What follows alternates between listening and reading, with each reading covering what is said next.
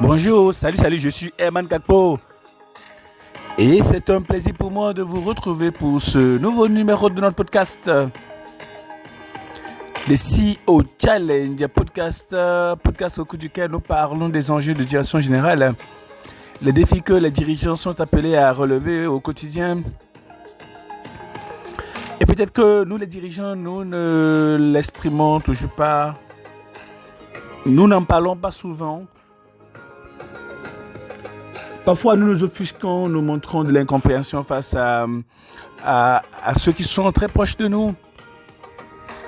Surtout lorsque nous avons le sentiment d'être incompris, nous avons le sentiment que les gens ne se comprennent pas, à quel point nous avons de la difficulté, mais surtout lorsque la critique accèbre, lorsque la critique amère, eh bien, commence pas à prendre le dessus. Ben voilà, c'est ce que nous allons aujourd'hui. Comment faire pour gérer avec sérénité les critiques qui peuvent venir de gauche ou de droite.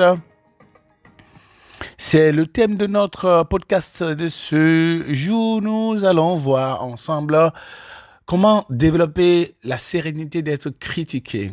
L'une des choses les plus du point dirigeant, c'est de se rendre compte combien ses collaborateurs, pour commencer, et la communauté, les réseaux sociaux, peuvent s'acharner sur lui ou sur elle et raconter toutes sortes de faussetés, qui aiment être critiqués. La critique fait mal.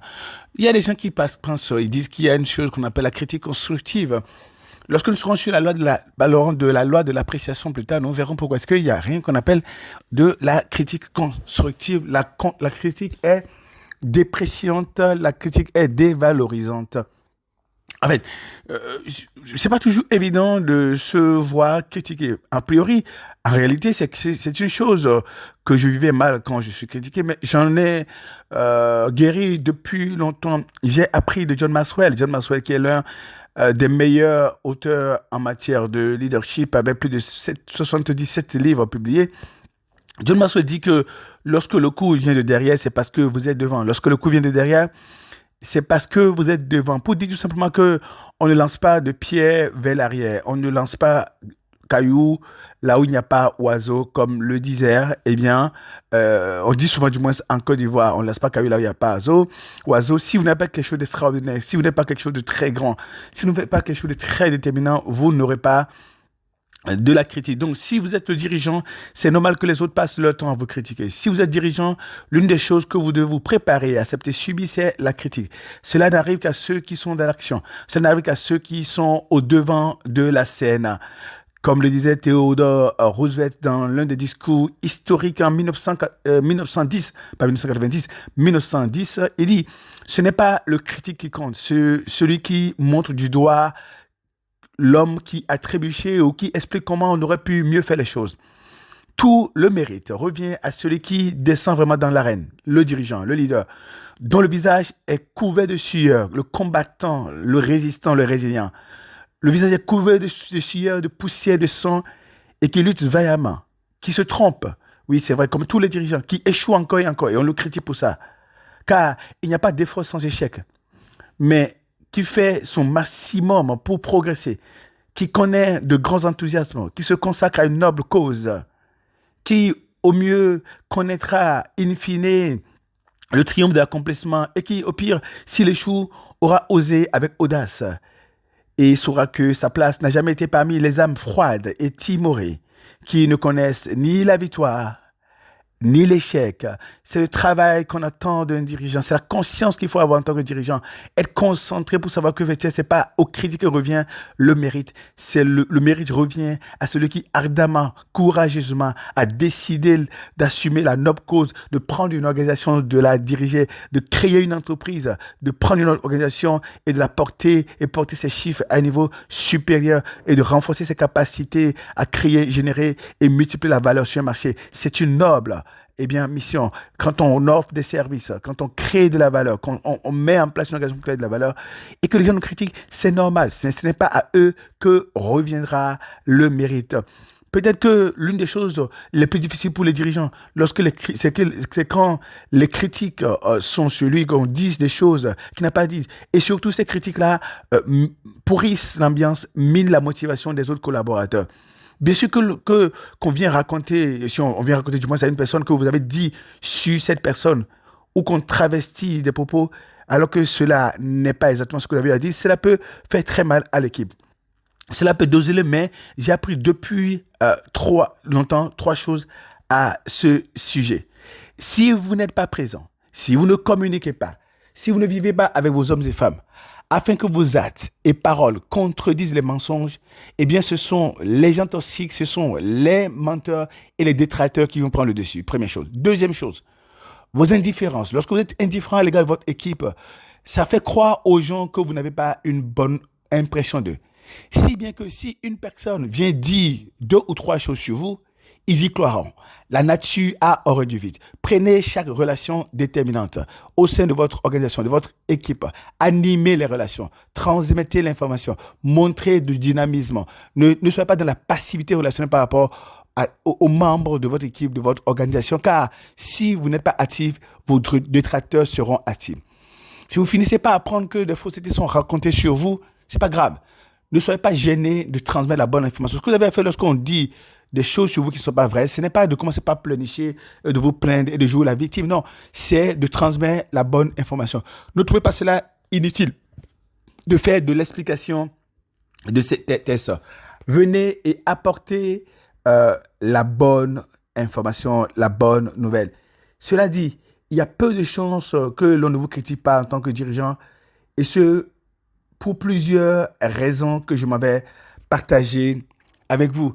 Et lorsque vous aurez ces points à l'esprit, vous comprendrez que les gens ne font rien de mal à vous critiquer. Ils ont même le droit de vous critiquer, surtout quand ils ne comprennent pas, ils ne savent pas de quoi il est question, ils ne sont pas le dirigeant. Rappelez-vous, on ne lance pas caillou, il n'y a pas oiseau. Si le coup vient de derrière, c'est parce que vous êtes devant.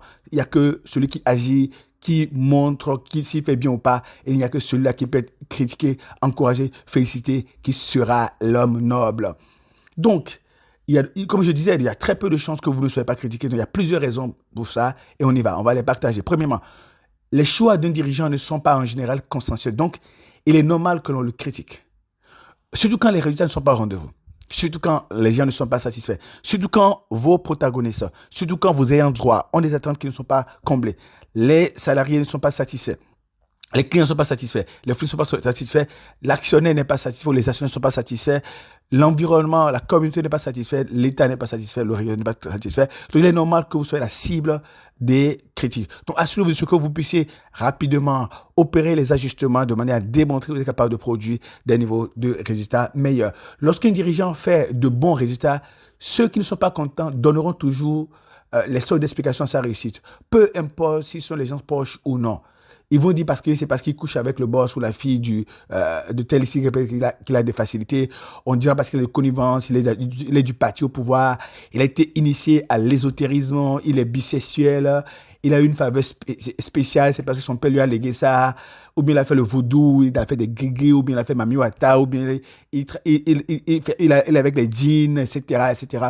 On dira toutes sortes de choses, même lorsque vous réussissez. Donc, il y aura toujours des gens qui vous critiqueront, même si vous faites de bonnes choses. Comme le disait saint Thomas d'Aquin, le dirigeant se trouve souvent piégé entre ce qu'il désire faire, ce en quoi, du moins, il croit et ce qu'il doit faire. Et la plupart des gens ne savent pas, le public ne sait pas que vos collaborateurs, votre équipe, les membres de votre organisation ne savent pas que vous avez souvent de ces dilemmes-là et que parfois vous ne savez pas ce qu'il faut faire. Donc, ne vous en faites pas du tout. Ce que vous avez à faire, c'est de faire ce que vous devez faire. Pas ce que vous désirez, pas ce à quoi vous croyez forcément, mais ce que vous devez faire pour pouvoir produire du résultat. Lorsque le dirigeant n'est pas proche des gens, lorsque vous n'êtes pas proche des gens, pour qu'on sache vraiment qui vous êtes, il est facile de dire sur vous ce qui n'est pas, ce que vous n'êtes pas, ce qui n'est pas vrai. Donc, du coup, la meilleure façon de démontrer par A plus B qui vous êtes vraiment, pour que les gens savent qui vous êtes. Et puis, vous dites, non, ce que vous dites sur cette personne, moi, j'ai vécu avec elle, nous avons été ensemble, je l'ai vu agir, il n'est pas ce que vous êtes en train de raconter. Il n'y a que la présence active du dirigeant qui permettra aux gens de savoir qui il est vraiment et on saura quoi dire et ne pas dire de lui. Et au moins, ceux qui vous auront vécu pourront donner témoignage, pourront dit que ce qu'on raconte n'est pas vrai et peut-être la critique que vous ne souhaitez pas va être dissomptée. Okay? Plus vous êtes transparent, plus il sera difficile pour les gens de mentir sur votre compte et sur l'entreprise. Partagez les chiffres, dites quels sont les vrais chiffres, montrez les corrélations, comparez à d'autres entreprises pour que les gens voient réellement qu'est-ce qui est vrai. Autrement, les gens vont se laisser à toutes les spéculations possibles. Comme on dit, la meilleure façon d'éviter les malentendus, c'est de clarifier les choses dès le départ. L'hypercommunication est l'un des meilleurs outils qu'un dirigeant doit utiliser pour partager la vision, pour clarifier les priorités, pour partager les responsabilités et contributions, dire les tendances, alerter, rassurer, informer, mettre à jour, préciser, signaler, vulgariser, valoriser, communiquer, communiquer, communiquer. Car si vous ne communiquez pas, il y aura la communication par défaut. La meilleure façon de court-circuiter les porteurs de fausses nouvelles, c'est d'avoir près d'eux et dans leurs équipes des informateurs, des gens à vous, des gens fidèles qui vous disent ce qu'ils pensent avant qu'ils ne se mettent à diffuser cela. C'est une méthode que Staline utilisait et que les grands leaders dirigeants de tout le temps utilisaient et ça marche. Ça n'a rien de pernicieux. Multipliez le tête-à-tête avec les gens et allez chercher les gens. Gardez votre porte ouverte, mais allez chercher les gens. Ce sera l'occasion pour eux de venir chercher la bonne information parce qu'ils savent qu'à chaque fois qu'on dit quelque chose, s'ils viennent vers vous, ils auront toujours la bonne information. Assurez-vous de ce que vous êtes. Ne confirme pas ce que les gens ont entendu à votre sujet. Si on dit des choses sur vous et que vous êtes les confirme, définitivement, les gens diront, OK, nous voyons vraiment. Oui, c'est vrai, j'ai vécu par moi-même ce que les gens disent de lui. Je n'y croyais pas, mais j'ai vécu ça de moi-même. Ce que vous êtes et faites est plus fort que ce que vous dites. Oui, en tant que dirigeant, on doit s'attendre à être critiqué, mais c'est en général notre inactivité, notre indifférence. C'est parce que nous ne faisons rien pour apporter la bonne information que cela arrive. Ne perdez plus votre énergie à essayer de mal vivre ce que les gens racontent sur vous. Faites ce que vous avez à faire afin que les gens finissent par se dire qu'ils ne vous aiment pas, mais que vous êtes un grand dirigeant, vous êtes un exemple pour eux et que vous avez su faire le job, même si vous n'avez pas toujours été d'accord sur les méthodes. Faites toujours ce que vous devez faire, qu'advienne que pourra, comme le disait Emmanuel Kant, car comme Bill Cosby disait, et je ne connais pas le secret de la réussite, mais je connais le secret de l'échec, c'est de vouloir faire plaire à tout le monde. En tant que dirigeant, vous ne faites pas ce qui va plaire aux gens, vous faites ce qui va permettre de produire du résultat. N'en déplaise à vous-même et n'en déplaise à qui que ce soit. Il est normal que les gens vous critiqueront. Si les résultats sont en cours, si les résultats sont en train d'arriver et qu'on vous critique, ne vous en faites pas. Vous serez bientôt soulagé de savoir que vous avez fait ce que vous aviez à faire pour finir par produire du résultat. Ce n'est rien d'évident, ce n'est rien de normal. Et c'est pour ça que c'est pour nous les dirigeants. Nous avons quelque chose d'exceptionnel. Et il est normal que nous fassions l'exception. Il ne sera pas toujours un jardin d'enfants. On va nous critiquer, on va nous cibler. Mais nous, on doit se concentrer pour faire ce que nous avons à faire, pour finir par produire du résultat. N'en déplaise à nous-mêmes. Et n'en déplaise à qui que ce soit. On se retrouve demain pour un nouveau numéro de notre podcast, le CEO Challenge Podcast. À demain et excellente journée à vous. Bye bye.